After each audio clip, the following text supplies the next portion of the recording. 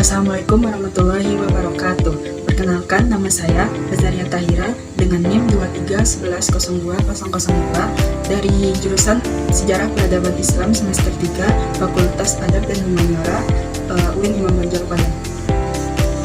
Baiklah, di sini saya akan menjelaskan tentang apa itu arkeologi dan menceritakan sedikit pengalaman saya tentang observasi yang saya lakukan di Kabupaten 50 Kota, tepatnya di Nagari Mae, dan juga observasi di Bukit Gado-Gado Padang. Baiklah, yang pertama, pengertian arkeologi. Arkeologi adalah ilmu yang mempelajari masa lalu manusia lewat benda-benda peninggalan, misalnya artefak, alat-alat dari batu, hingga bangunan kuno seperti candi, prasasti, dan piramida. Semua ini memberikan kita gambaran tentang kehidupan manusia pada zamannya.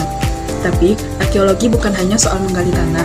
Ini juga tentang menganalisis dan menghubungkan temuan tersebut dengan cerita besar tentang peradaban manusia.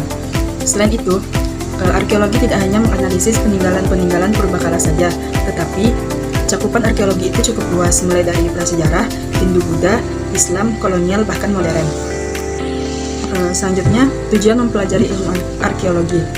Ilmu arkeologi bertujuan untuk memahami kehidupan manusia di masa lalu, termasuk cara hidup, budaya, dan teknologi yang mereka gunakan.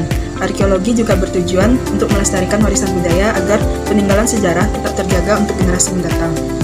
Arkeologi juga membantu mengungkap perkembangan peradaban manusia dari waktu ke waktu, termasuk aspek yang tidak tercatat dalam sejarah tertulis. Selanjutnya, ada objek kajian arkeologi. Yang pertama, ada artefak. Artefak ini adalah benda buatan manusia yang digunakan untuk mempermudah hidup mereka. Misalnya, yang pertama, ada kapak batu yang digunakan untuk berburu, dan ada juga gerabah yang digunakan untuk menyimpan makanan. Artefak ini menunjukkan kemampuan teknologi masyarakat pada zaman dahulu. Selanjutnya, yang kedua ada ekofak. Ekofak ini adalah sisa-sisa alami yang dimanfaatkan manusia seperti tulang hewan, hasil perburuan, atau sisa tanaman yang mereka makan. Ekofak ini membantu kita memahami bagaimana pola makan dan hubungan manusia dengan lingkungannya. Yang ketiga itu ada fitur. Fitur adalah jejak aktivitas manusia yang tidak bisa dipindahkan seperti pondasi bangunan, saluran irigasi, atau perapian. Fitur ini menunjukkan bagaimana manusia hidup dan membangun lingkungan mereka pada masa tersebut. Yang keempat ada konteks. Konteks ini adalah hubungan antara objek arkeologi dengan tempat dan benda-benda lain di sekitarnya. Contohnya, ada kapak batu yang ditemukan bersama dengan tulang hewan di sebuah gua. Ini menunjukkan bahwa aktivitas pada masa itu adalah berburu dan memasak. Yang selanjutnya adalah persebaran. Persebaran ini adalah lokasi temuan arkeologi di berbagai wilayah yang saling berkaitan. Contohnya, kapak persegi yang ditemukan di seluruh Asia Tenggara itu menunjukkan bahwa adanya hubungan budaya dan perdagangan di masa lalu. Selanjutnya saya akan menjelaskan dan berbagi pengalaman tentang observasi yang saya lakukan. Observasi yang saya lakukan langsung bersama teman-teman saya dan juga didampingi oleh dosen pengampu mata kuliah arkeologi, yaitu Bapak Alvan Noranda SSMA, di berbagai situs. Yang pertama, ada situs Menhir di Nagari Mae, Kabupaten 50 Kota, Sumatera Barat, dan juga Batu Basure yang ada di Bukit Gado-Gado yang terletak di Padang, Sumatera Barat. Selanjutnya, saya juga melakukan observasi terhadap benteng pertahanan Jepang yang juga terletak di Bukit Gado-Gado tersebut. Yang pertama, Menhir di Nagari Mae. Apa itu menhir? Menhir adalah peninggalan prasejarah yang merupakan batu-batu besar yang berdiri tegak di atas tanah.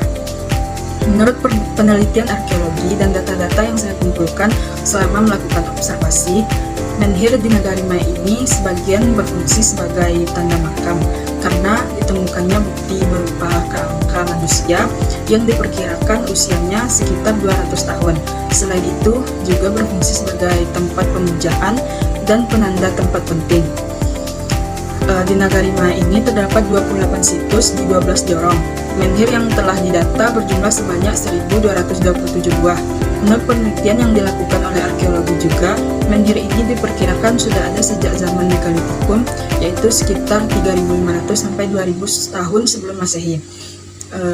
Selanjutnya observasi di tempat kedua yaitu Batu Basure yang terdapat di Bukit Gado-Gado. Di sini kami juga didampingi oleh Bapak Alfa Noranda SSMA dan juga anggota dari komunitas Kopassus SB. Apa itu Batu Basure? Batu Basure adalah sebuah prasasti yang di atasnya bertuliskan sesuatu dan berisi tentang informasi penting mengenai sejarah. Di sini kami juga melakukan pengukuran terhadap Batu Basure tersebut. Diketahui bahwa panjangnya sekitar 1,5 meter dan lebar sekitar 1 meter.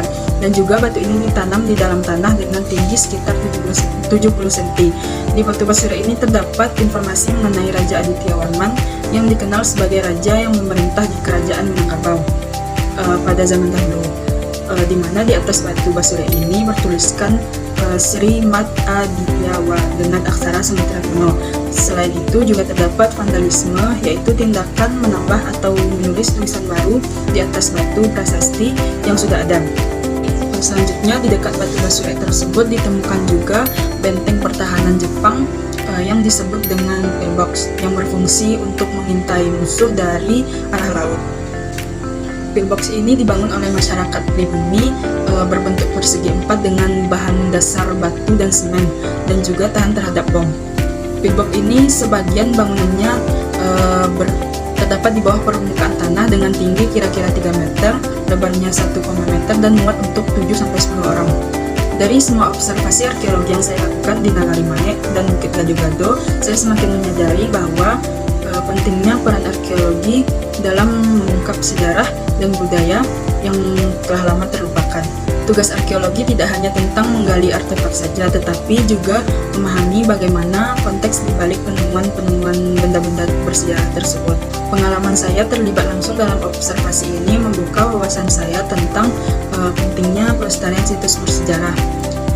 Selain itu, secara pribadi pengalaman ini justru sangat berharga dan sangat mengesankan. Baiklah, sekian video saya kali ini. Jika ada salah dan kurangnya, mohon dimaafkan. Saya akhiri dengan Assalamualaikum warahmatullahi wabarakatuh.